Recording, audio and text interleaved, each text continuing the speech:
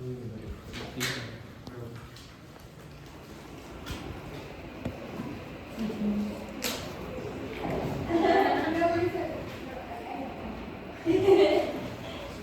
este es un corte transversal o longitudinal de un vaso sanguíneo, vemos las zonas semifinales, el tejido conjuntivo subyacente sería la luz del vaso sanguíneo. Cuando hay una lesión en el endotelium, se expresan proteínas, que es el factor de von Willebrand, se expresan en el endotelio subyacente, el endotelio está por debajo de las células endoteliales. También puede ir otras glicoproteínas 1A y 2A para que se empiecen a adherir aquí las plaquetas.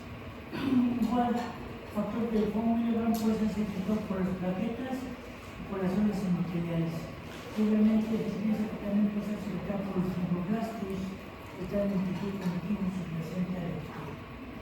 Entonces, estas son el factor de von Willebrand, también que está en el plasma sanguíneo, también se puede fijar aquí.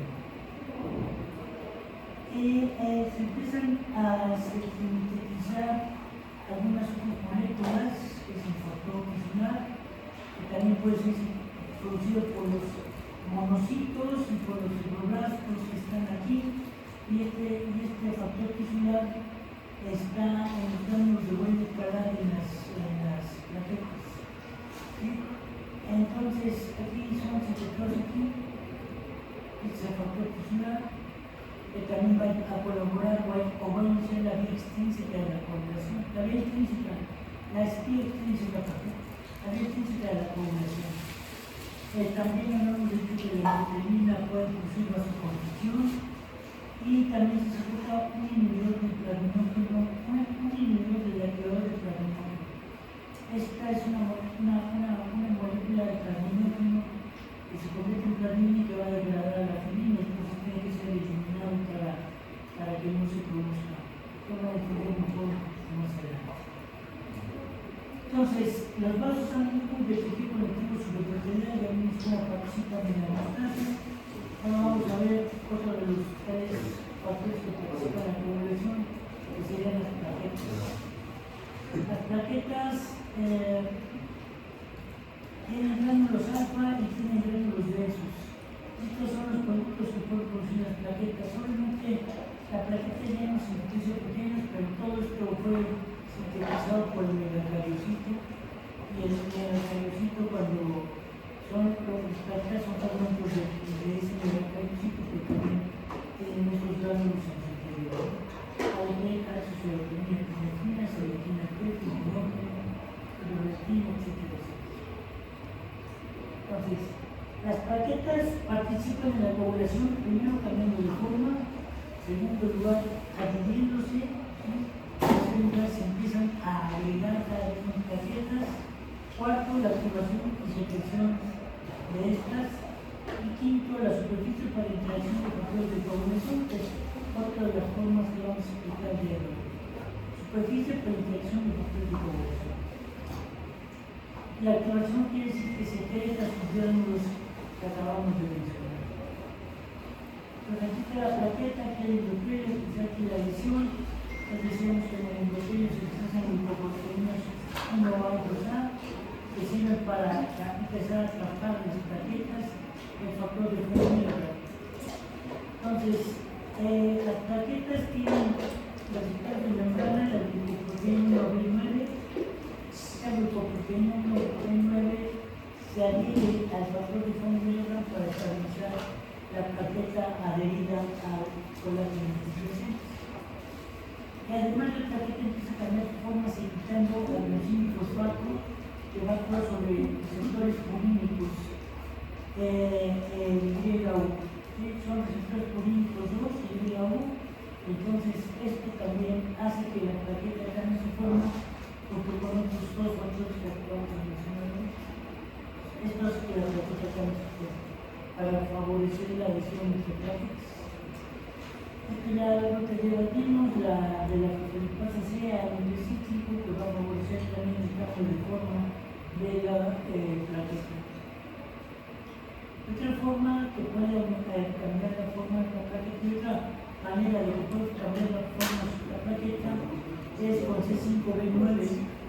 Ella también, no sé si le comentamos cuando vimos inflamación, que es parte del complemento C5B9. Con C5B9 se pega la plaqueta y hace un poro y hace que aumente el tamaño. Entonces, esos tres factores influyen de manera significativa para que la plaqueta cambie su forma. Entonces, estas plaquetas cambian su forma para empezarse a pegar y a pegarse unas con otras. Esta es la glucoproteína 9 que va a favorecer que estas plaquetas se peguen al factor de Fowler que están expresándose en el endotelio, en el tejido conectivo subyacente al endotelio. Pero también expresan otras glucoproteínas 2B y 3A. Este complejo de glucoproteínas sirve para que la fibrina, el fibrinógeno se pegue ahí y el fibrinógeno dijimos que se convierte en fibrina. Entonces, esto permite la adhesión plaquetaria. ¿Sí? Obviamente, si faltan estas moléculas, pues no hay una adhesión plaquetaria adecuada. Ya se pega y la fibrina se polimeriza, el fibrinógeno forma fibrina y ya pega a las plaquetas entre sí. Esto influye para que las plaquetas se peguen entre sí, cambio de forma, los receptores de glucoproteína 2B y 3A que permiten la interacción con la fibrina. O sea, para que todos estos filamentos que habíamos visto acá, todo esto, está interactuando de esta manera para pegar a todas las plaquetas en el sitio de deseo. Hasta ahí no podemos. Entonces, obviamente, cuando existen déficits de estas proteínas, pues va a haber alteraciones en la población. Esto no une las. Si hay déficit de esta, no se une con la fibrina.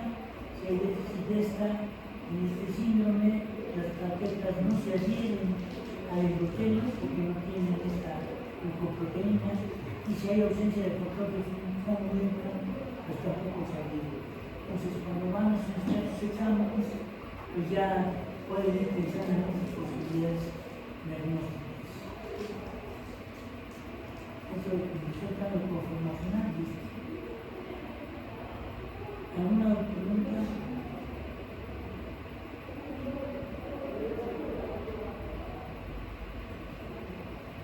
Y el sistema de coagulación ahora está la coagulación como ocurre en vivo por la vía extrínseca, o sea, por factores que inician fuera del vaso sanguíneo.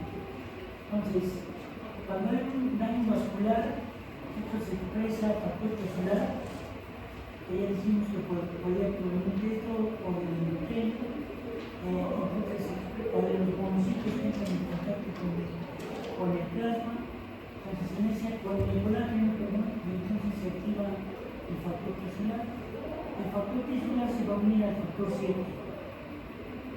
Entonces la unión del factor tisular con el factor 7 activa el factor tisular, como lo vamos a ver.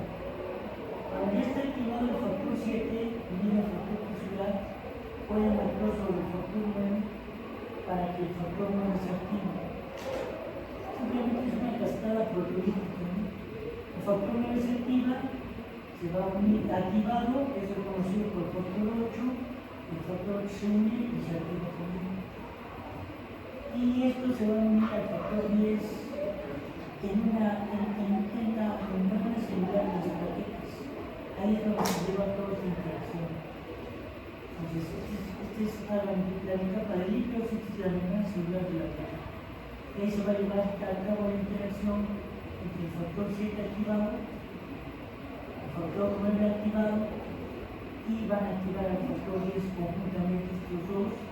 Activan al factor 10 en presencia de esta cama de lípidos para favorecer que esto se despegue el calcio como la.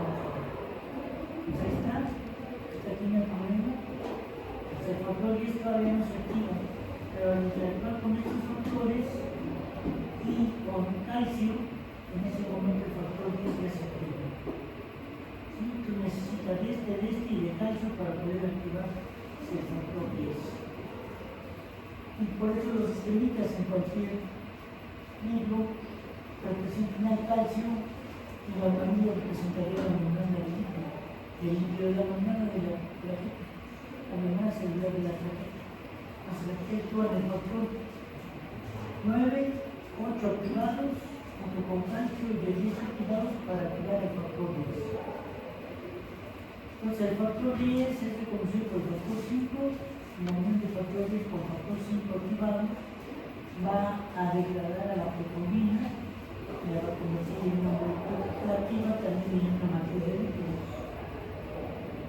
Factor 5 activado, calcio y carbono ahí, factor 10 activado, factor 2 que es la trombina, que normalmente está inactiva, la interacción entre estos y el calcio hace que se active el factor que es de oro. ¿Alguna pregunta? Entonces, una vez que la proteína se convirtió en trombina, se pierde la fracción extra que la está inhibiendo y la trombina actúa sobre el fibrinógeno para convertirlo en fibrina.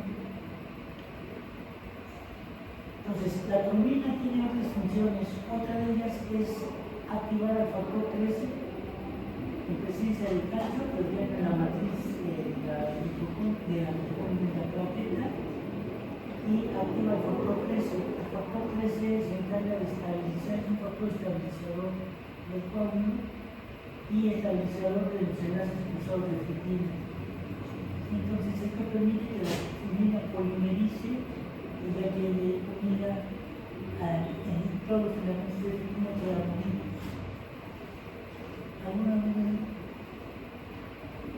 Entonces, ¿La entrada de coagulación? Sí, se lo dieron. ¿Sí se lo dieron? ¿La fisiología? ¿Entonces ya lo saben bien esto? No. Fisiología. O sea, nos la aprendimos en su momento, pero después solo se fue. Bueno, ok. Entonces la trombina también puede activar el factor 5, la trombina también puede activar el factor 8 y la trombina también podría activar el factor 9 para convertirlo, al 11, perdón, para convertirlo en 11 activado. Tiene muchas funciones la trombina. Primero, esta es la principal, convertir el fibrinógeno en fibrina, toda esta cascada. Se llama extrínseca porque se empezaron a formar estas moléculas, tanto en células endoteliales como fibroblastos o monocitos, y son secretadas hacia la luz del corazón. Entonces, el factor 11 activado va a activar el factor 9 y la epífisis continua. La trombina sinergiza o potencializa procesos de coagulación también una vez que ya se formó por esta retrospectiva. Entonces, la dieta de la coagulación es lo que se hace en el laboratorio. En el laboratorio, la dieta de la coagulación obviamente van a correlacionarse estas dos más adelante, pero la dieta de la coagulación son, por ejemplo, en los tubos de ensayo, la negatividad de la superficie de los tubos de ensayo permite que el factor 12 de la coagulación se active. Entonces, en esencia, in vitro puede funcionar esto, pero en vivo no sucede esta cascada de la coagulación. Ya vemos que el factor 12 tiene muchas funciones. Entonces, el 12 activado activa el 11, el 11 al 9, el 9 con el 8 activan al 10 y ya todo lo demás es igual. La vía extrínseca, el factor tisular, que finalmente también acababa activando al factor 10 para convertir el fibrinógeno en la proteína en trombina. Está la cascada de la coagulación en donde las dos rutas convergen y aquí convergen en la activación del factor 10. ¿Sí? Pero esto sucede in vitro y esto sucede in vivo. Obviamente aquí hay calcio, fosfolípidos, también hay calcio, fosfolípidos que tienen que permitir todas esas reacciones químicas.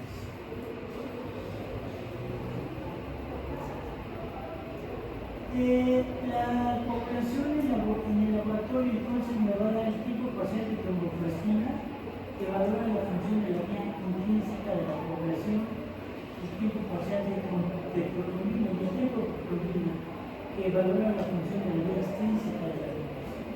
Entonces, esto es muy importante porque así le pueden entender qué valora cada cosa y cómo lo deben de mandar y qué deben de hacer a su paciente en un momento determinado.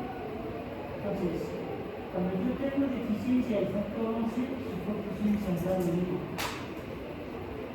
Si tengo deficiencia de los factores 5, 7, 8, 9, 10, el sangrado puede ser moderado severo. Y si tengo deficiencia del factor 2, pues es incompatible con la vida, ¿no? Es la formación de familia. Entonces, la deficiencia en el factor 12 dice no hay problemas de sangrado, pero puede favorecer la trombosis por su interacción con el sistema fibrinógeno. ¿Se acuerdan del sistema de siminas población fibrinógena que vimos en la información? Yo les decía que todo esto guarda una correlación muy estrecha, todo con todo. Pero aquí la decisión de esas correlaciones clínicas y lo ven como si fueran cosas aisladas. Entonces, si yo tengo a mi paciente y dice que tiene deficiencia de factor 12, pues no pasa nada, no voy a tener problemas en la cirugía, pero sí puedo tener problemas de forma trombótica.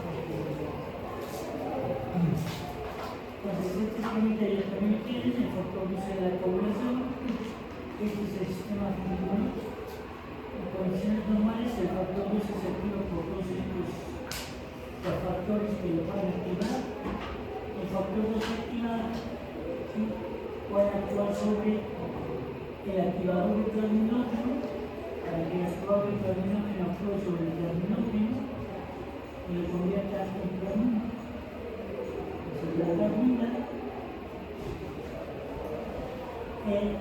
degrada la fibrina y produce fibrinopéptidos que aumenta la permeabilidad vascular y produce fibrosis. Entonces, la plasmina, ¿sí?, es la responsable de que esto no se degrade. Entonces, al no degradar la fibrina, puede producir trombosis. Obviamente, también sabemos que la plasmina activa al complemento. Ese es el sistema de coagulación que inicia con la activación del factor 12, que es la vía intrínseca de la coagulación. Y cada uno de estos factores, conforme se van activando, van dándonos ciertas actividades predominantemente proinflamatorias.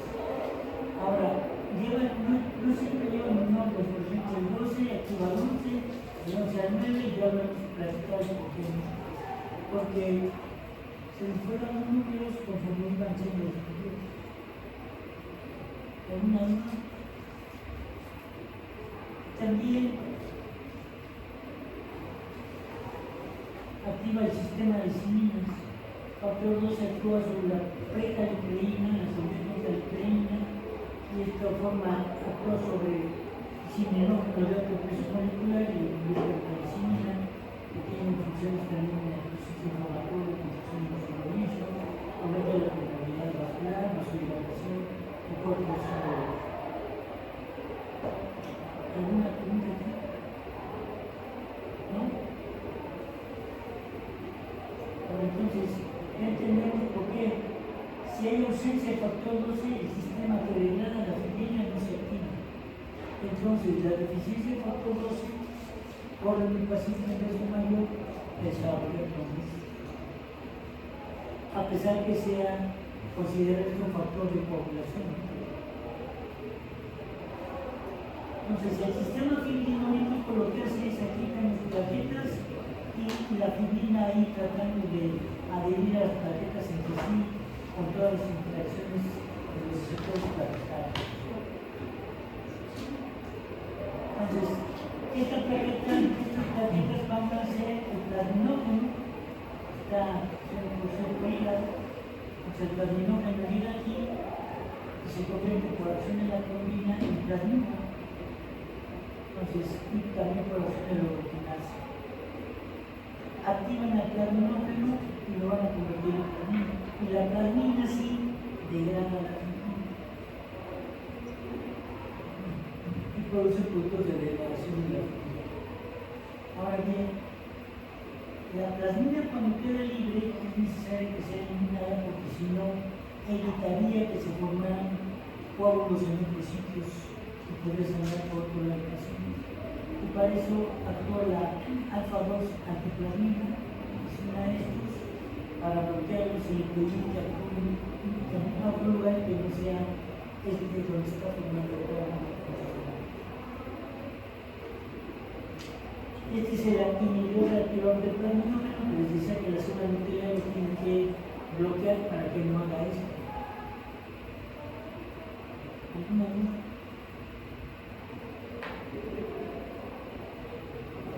Para que no me puse lo mismo. Que no me puse denso en ese momento. Bueno, entonces estos son los factores de la coagulación y los nombres que les dan, y estos son los sinónimos. ¿Sí? Entonces todo esto, la proteína es el factor 2, etcétera, etcétera, etcétera, etcétera.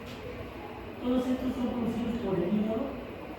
¿Sí? El factor tisular que decimos que puede ser producido por las células endoteliales o los fibroblastos y por los monocitos que entran en contacto con el plasma. Calcio, pues es calcio, que se pone esto es el factor 8, el factor antibiofílico, etc. Estos son producidos por las células de los sinusoides hepáticos y esplénicos. También pueden ser producidos por las células del endotelio de pulmón, de riñón y de cerebro. Y estos que antes, hasta hace poco tiempo, yo creo que muchos libros sí lo dicen, eran de origen incierto. Estos actualmente se sabe que estos factores, ¿sí? El factor de Flecker, todos estos nombres que le dan que son sinónimos a estos inmunógenos de la molecular, precalculina. Entonces, todos estos factores son producidos actualmente por los gránulos secundarios de los neutrófilos, ya sea por los monocitos, ya sea por las células dendríticas, por los macrófagos y por los linfocitos CD4 y CD8. Por eso después tanto trabajo de determinar porque en muchos libros pueden encontrar que todavía hay de origen incierto. Y bueno, ahora ya se sabe que proviene de las células que se acaban de desarrollar.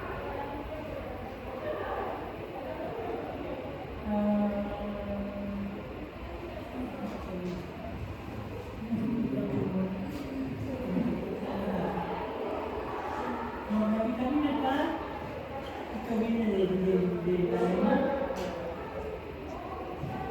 y vitamina es una vitamina liposoluble.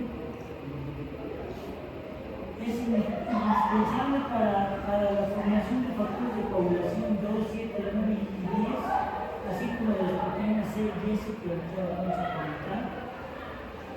Y se requiere para la carboxilación postsintética el ácido de glutamato para formar ácido poco común, un aminoácido poco común que es el alfa-carboxiglutamato presente en estos factores. Esto lo voy a explicar más adelante para que lo entiendan.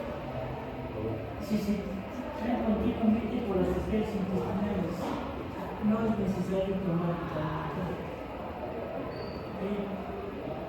Salvo que tengan algún problema en sus intestinos. La vitamina K participa en estos, son importantes para la síntesis de estos productos. El factor 7, 9, 10 y de la dopamina. Sin vitamina K obviamente vamos a tener problemas de sangrado, etc. Además de que no va a prácticamente coagular en sangre porque la proteína de la proteína libre la que establecía coágulo.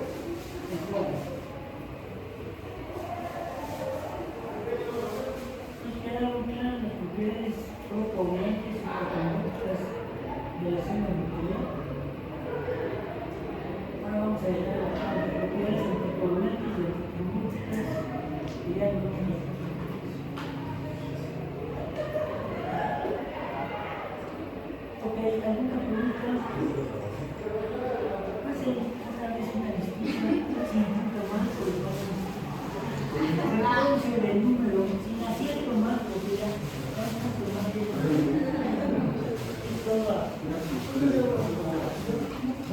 ese día nos Ese encontramos. día en el segundo tren llegamos 4 minutos tarde. Te he dicho, cuando yo empiece a exponer, Ah, ya apenas ya iba a fue. aprender el proyecto. voy a estar exponiendo.